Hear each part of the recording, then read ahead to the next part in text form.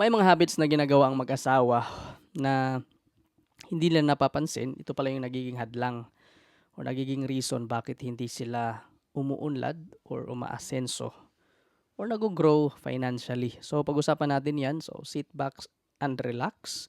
Okay, so wala ulit edit, raw lang ulit 'to. By the way, sabi dito sa likod ko subscribe. So mag-subscribe ka na.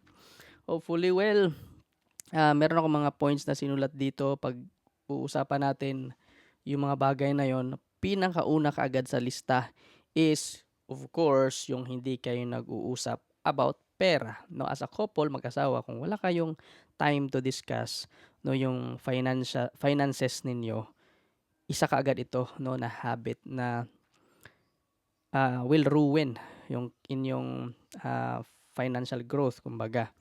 Okay, so hindi kayo naglalaan ng time at least once a week or kahit twice a month no na nag-usap kayo, magkano ba yung income ninyo, magkano ba yung expenses ninyo, ano ba yung mga kailangan tanggalin no sa expenses and all. Hindi pwedeng ah, ash nag-a-assumean na lang kayo, no? Assume na lang na okay, siguro nasa ganito yung expenses natin and all. So very important na pag-usapan nyo yun, yung mga bagay na yun no, sa finances na part of course. So yun yung pinakauna, dapat nag-uusap kayo. So tanungin yung sarili mo, tanungin mo yung partner mo kung meron ba kayong gantong discussion. Kung wala, simulan mo na. Okay, pangalawa is yung magkahiwala yung desisyon ninyo about sa malalaking gastos. Right? So for example, may bibilhin yung isa pero hindi alam ng isa. Okay? So hindi niya diniscuss muna sa kanyang wife or sa kanyang husband. So if you are planning to buy something, no, gamit man yan, gamit mo man yan, or ticket somewhere or saan, so kailangan muna i-open mo yan sa partner mo. Okay, so hindi mo yan kailangan na itago. Kung meron kang pinadala and all, discuss mo with your partner. So ang nangyayari kasi dito, pag merong ganito, may chance na magkadulot to ng tinatawag na hidden na resentment. Okay, kumbaga, hindi mo sinasabi pero deep inside parang may resentment ka na, kumbaga. Okay? So, kailangan na kailangan na malinaw 'yon, alright? So, pangatlo is walang malinaw na sistema sa mga bayarin, no, sa savings tsaka sa mga bills ninyo. Okay, so ideally, syempre of course is a husband. So dapat yung husband talaga nagpro-provide and all. Pero may mga instances na dalawa sila kumikita, no? And then kailangan yung mapag-usapan din kung yung dalawang income ninyo, saan doon at paano siya gastusin. Okay, yung income niya ba more on sa kuryente, sa rent and all, or yung income mo saan din siya mapunta. So kailangan niyo din mapag-usapan 'yan. So ano yung sistema ninyo. Alright? Sino nagbabayad dito, magkano yung ipapadala sa family and all. Alright? Pwedeng gawin ninyo is for example no, sa amin mag-asawa namin, yung work din sa side onte pero hindi naman sobrang haba. Yung income namin niya doon is as much as possible sinisave lang. So hindi ginagastos doon, nilalagay lang sa isang bank account, hindi ginagastos. And then yung income ko, yun yung lahat-lahat talaga expenses, lahat-lahat talaga ng gagastusin dito sa bahay. Okay, and all.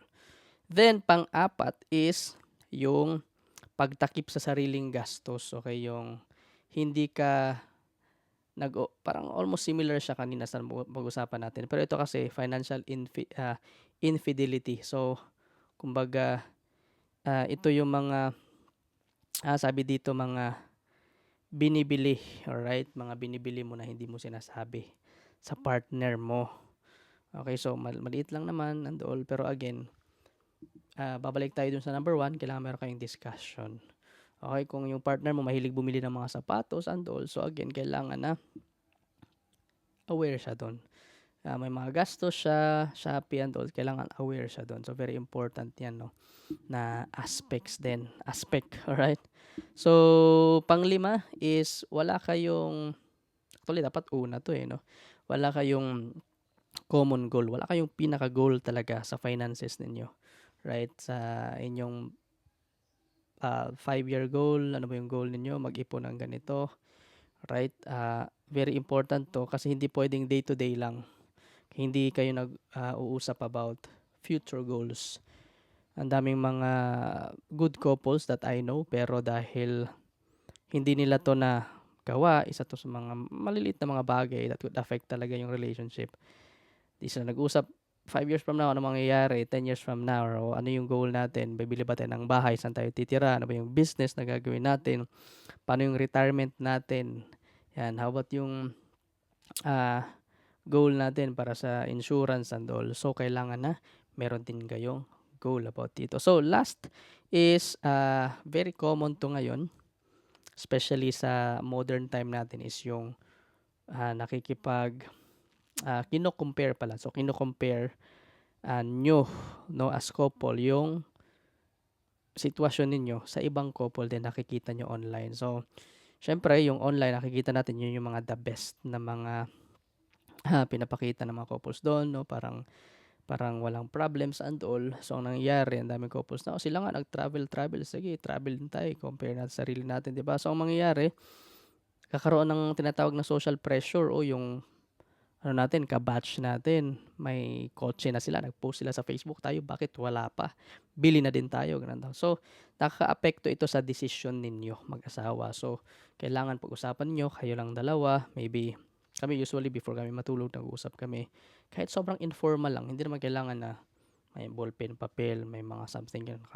Kahit nakahiga kayo, hindi pag-usapan nyo. That's very important. Well, yun lang yung so far for now. No, and then if you really like those mga discussion points na pag-usapan natin, very simple lang naman.